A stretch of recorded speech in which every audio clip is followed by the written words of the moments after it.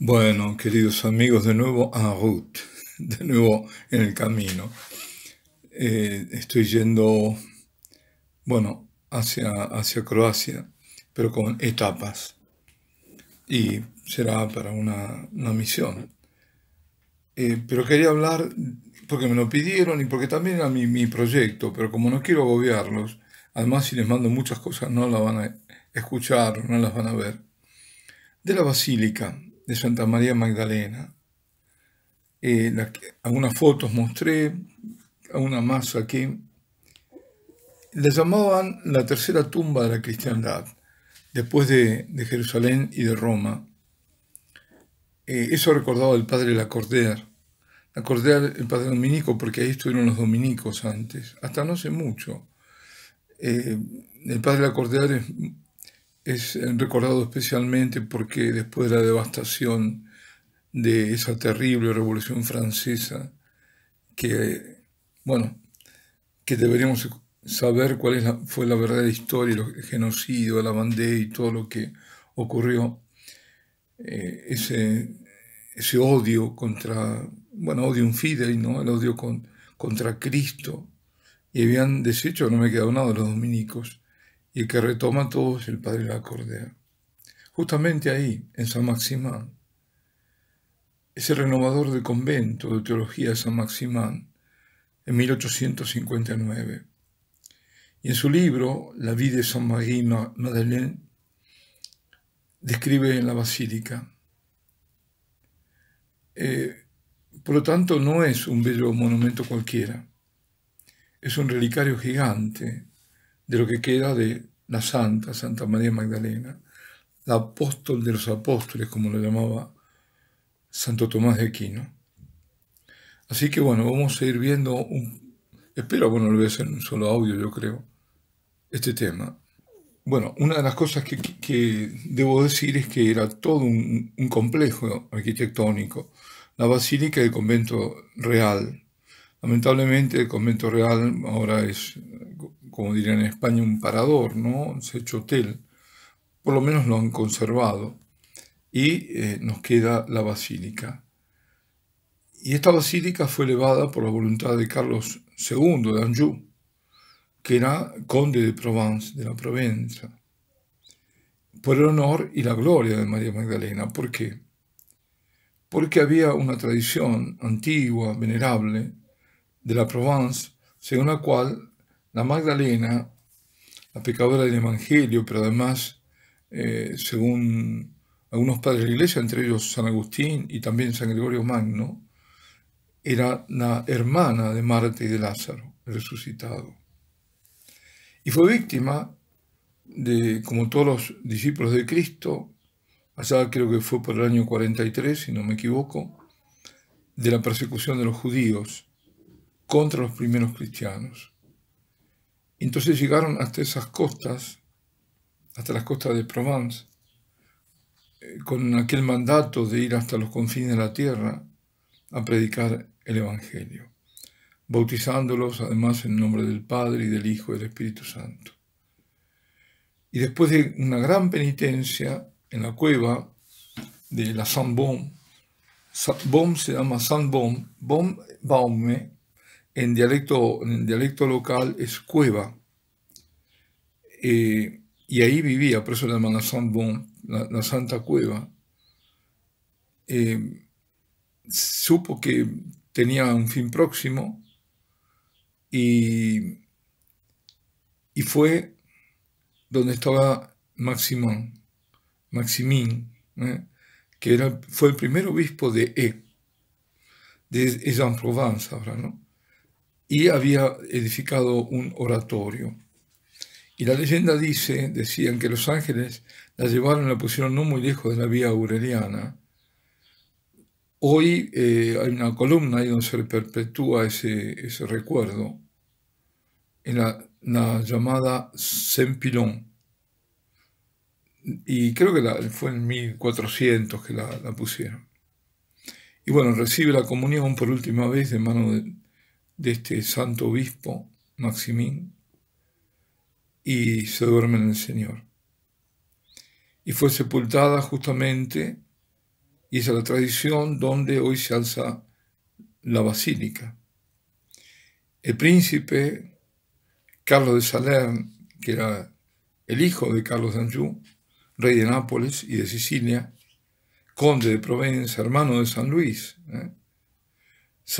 conocía estas tradiciones de la Provence y decide en 1279 mandar a excavar para encontrar las reliquias de la Magdalena, que habían desaparecido desde la invasión de los sarracenos, cuando no, esa religión pacífica, ¿no? Los sarracenos son los musulmanes, en el siglo VIII había desaparecido, no sabía nada de eso. Entonces, ¿qué había ocurrido? Que para evitar, como siempre se hizo, la profanación de estos infieles, hubo 4 sarcófagos hermosos que contenían los santos y que habían sido sepultados en el año 716. Entonces, el príncipe Carlos llegó hasta ahí, encontró la cripta, los sarcófagos, las reliquias, y deseó inmediatamente erigir este monumento a la basílica, y la de un convento dominicos, junto, que era este convento real, por eso se llama Convent Royal, el convento real, para guardar las reliquias. Las excavaciones tuvieron lugar, como decía, en 1279, y la edificación ya comenzó, las primeras construcciones, ya en 1280, pero ya estamos a fines del siglo XIII, ¿no? Ahí empieza. Ahí se erige esta enorme basílica, en un lugar que era como ahora, ¿no? Muy poco poblado, quizás menos. Y Carlos II, que fue conde de Provenza a la muerte de su padre, Carlos I, había visto ese templo de grandes dimensiones porque pensaba que iban a llegar ahí muchísimas peregrinaciones, como en efecto fue. Y bueno, él llama a un especialista de la materia, que era un proto-magister, Petrus Gallicus lo llamaban, que parece que era un tal Pierre d'Argincourt. Y comienzan, siguen en 1300, comienzos, y vuelven a empezar, luego se retoman, y los sucesores de Carlos d'Anjou, por una parte el rey Roberto, la reina Juana, el rey René, luego los reyes de Francia, por otra, los papas también se mostraron generosos para terminar ese templo, pero siempre fueron gracias al ruego, a las preocupaciones de los dominicos y a los que, digamos, se debe mucho de esta obra inmensa. Y como siempre pasó con las catedrales, con estas grandes construcciones, eran obras seculares, porque comenzó, como decíamos, a fin de 1200, tiene un gran impulso hacia el 1400 y termina en el comienzo del 1500, bajo Luis XII. Quedó prácticamente concluida al menos la fachada occidental, que quedó con esas piedras rugosas, desiguales. Están esperando que se lo finalice, ¿no? que se remate la obra. Pero eso es la impresión que uno tiene cuando la ve de frente, digamos. De la parte, digamos, occidental tiene eso, ¿no? Porque está orientada versus oriente, ¿no? Como eran en general orientadas. Es decir, que el ábside está en occidente. En oriente, en el este. De ahí sale el sol, va subiendo. Así que es de donde vendrá el Señor de Oriente. Bueno, es una obra magnífica cuando uno lo ve, ¿no? Los edificios claustrales, los contrafuertes laterales son varios, son 10 de cada lado, que llevan los arcos que sostienen las bóvedas. tiene pocas gárgolas, esas formas quiméricas que están siempre afuera, que son típicas de, de la arquitectura gótica, ¿no? Y dos torrecillas, lo que también se quedó sin hacer fue un gran campanario. Bien, esto es un poco una descripción que estoy dando, pero lo que llama la atención es lo que decía antes, ¿no? Cuando uno entra se encuentra de repente sin estar preparado, porque al contrario es un contraste muy grande. Yo no saqué foto del frente, pero el frente es como rústico, parece medio que hubiera estado en ruina y de pronto se encuentra uno frente a una arquitectura maravillosa, que deja pasmado por esa majestad, ¿no? Y por la audacia también de la ejecución, porque la nave central tiene casi 29 metros para ser exacto. Pensemos que todo piedra, ¿no? Una nave gótica con una pureza de líneas, con una elegancia, con toda esa piedra, una suavidad de formas, ¿eh? Y esa elevación de los pilares, las bóvedas, todo. Una maravilla es. Así que esto es una gran obra, no es una obra cualquiera. Bien, vamos a ver un poco las medidas. Lo estoy leyendo ahora. Longitud de la nave central tiene 72 metros con 60. Casi diremos nosotros una cuadra. Las naves colaterales tienen 64 metros. La altura de la gran nave bajo la bóveda, sí, 29 metros.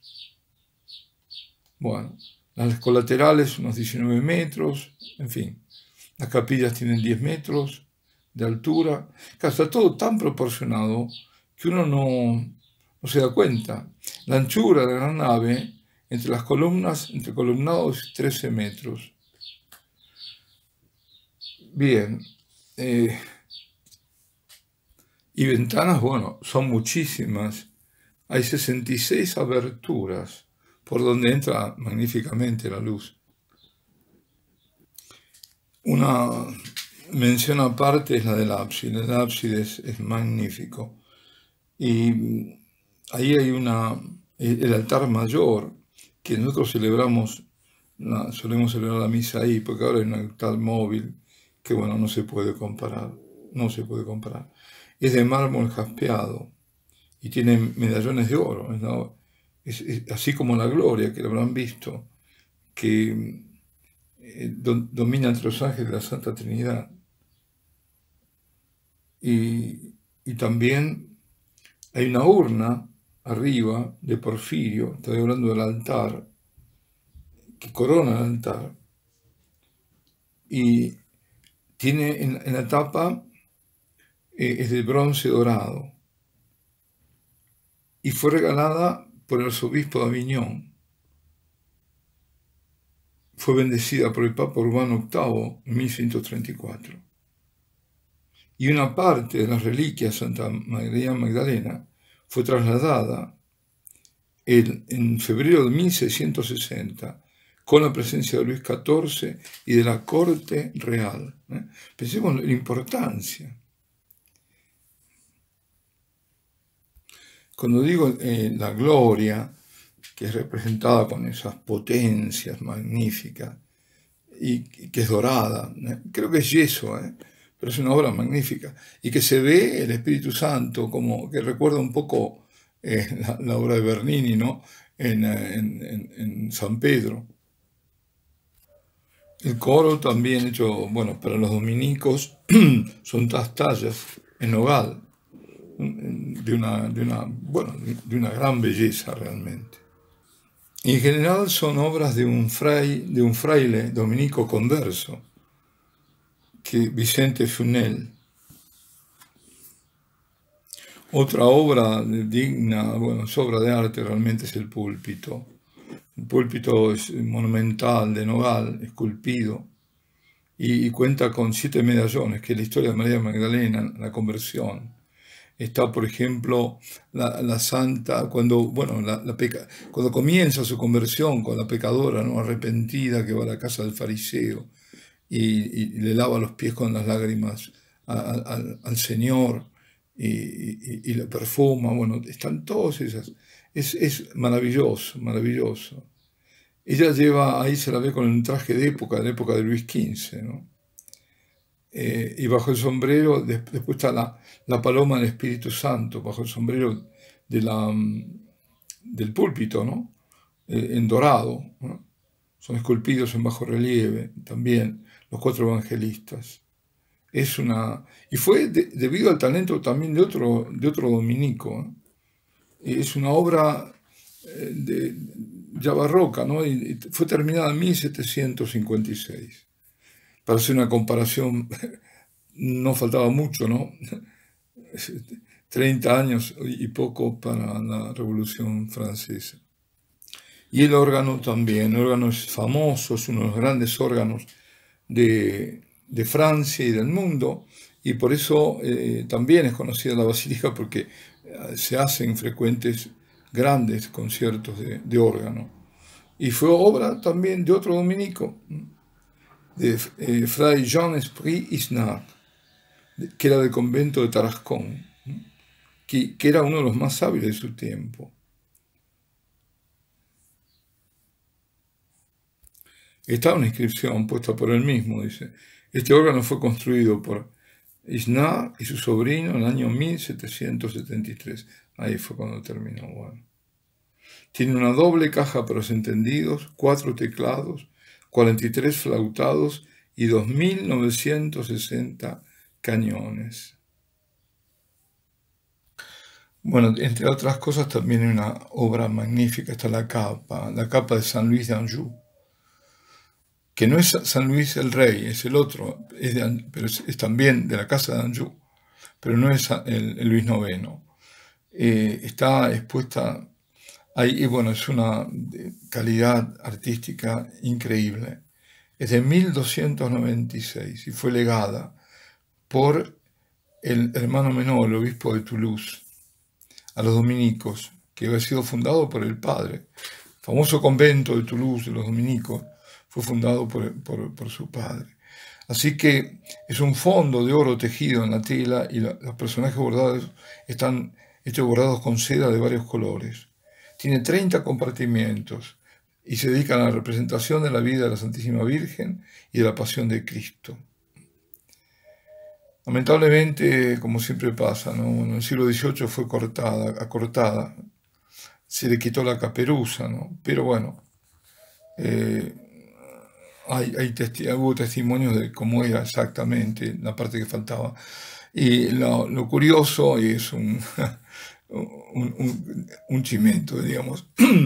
Nosotros, se hizo hacer una réplica que se utiliza sobre todo para el Día de la Santa, para llevar en procesión al Santísimo la capa, o para el Corpus, y es idéntica, y la hicieron a través de un sacerdote ortodoxo ruso, se hizo en Rusia, es una obra magnífica, es exactamente igual, y no salió mucho, costó sí, pero no salió mucho, porque bueno, los valores son otros allá, pero es una obra magnífica. Bueno, me estoy extendiendo más lo que quería, pero bueno, vamos ahora a la cripta. La cripta es el corazón de la basílica. Por supuesto que el corazón verdadero está siempre donde está el sagrario, pero ahí estuvieron desde siglos, durante muchos siglos, los restos de santos, de los primeros misioneros. Y hay 4 sarcófagos muy antiguos, de los siglos IV y V. Durante mucho tiempo se pensó, y que yo también lo creía, que el de Santa María Magdalena era alabastro. Pero es un mármol muy, muy raro, muy fino, rarísimo. Es el mármol de las canteras imperiales del Mar de Mármara, cerca de Constantinopla. Y ahora, justamente, ¿se acuerdan que les dije que celebré la misa? Ese sarcófago es lo que sirve de altar actualmente. Así que realmente es una maravilla, ¿no? Porque ahí está arriba la cabeza de la santa, está el cráneo.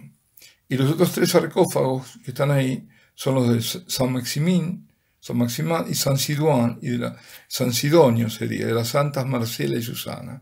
Porque Siduán, además está ahí el cráneo de Siduán, o Sidonio, bueno, en la basílica. ¿Quién es Sidonio? El ciego de nacimiento, y que fue obispo también y si no recuerdo mal, después de Maximín, sí, fue el obispo. Así que es una historia larguísima y grandísima en todo esto. Y aquí otra historia, ¿no? Hay un tubo de cristal, no sé si lo vieron en las fotos, sellado en ambos lados, y está unido al gran relicario, donde está la cabeza, donde está el cráneo de Santa María Magdalena. Y ahí se lo considero siempre como el no limetangere, es decir, no me toques, porque contiene un pedazo de carne o tejido, óseo, ¿no? También, que estaba adherido al hueso frontal de María Magdalena. Y cuando eso se desprendió, entonces dicen, no, fue seguramente donde él le tocó en la cabeza para decirle, no me toques, ¿no?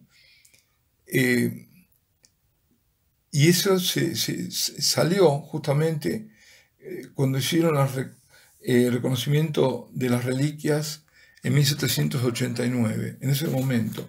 Por eso de ahí quedó como bueno, si se desprendió y además tiene tejido de piel, es que seguramente el Señor la tocó ahí. Bueno, y para terminar, se hicieron, yo no me acuerdo si en los años 70, por ahí, o después, verificaciones, y bueno, sobre el cráneo, se calcula que tiene 2000 años, que es típica, digamos, de una mujer de una estatura alrededor de 1,60, y la otra cosa es que sí, también tiene como particularidad el hecho que es del tipo mediterráneo, para decirlo así. Más no se puede saber, pero eso lo que sí, creo que lo había comentado, cuando sacan los sarcófagos, encuentran ahí un pergamino del lacrado, estaba todo lacrado, los restos de Santa María Magdalena. Además era eso que pensaban que era de alabastro, que al final es un mármol rarísimo, y claro, dijeron, aquí es el de ella, ¿no? Entonces cuando abren, bueno, dice que fue un perfume muy grande, un aroma muy grande que invadió a todos, y el escrito decía que justamente había sido, que eran los restos de Santa María Magdalena, y era del siglo VIII, que fue cuando se enterraron, se ocultaron para preservarlos de los sarracenos, de los musulmanes. Bueno, si me extendí, pido perdón, pero creo que vale la pena comentar sobre este gran monumento que llama la atención porque está como ahí perdido, ¿no?, en la Provence. Alabado sea Jesucristo, Ave María Purísima y Santa María Magdalena ruega por nosotros.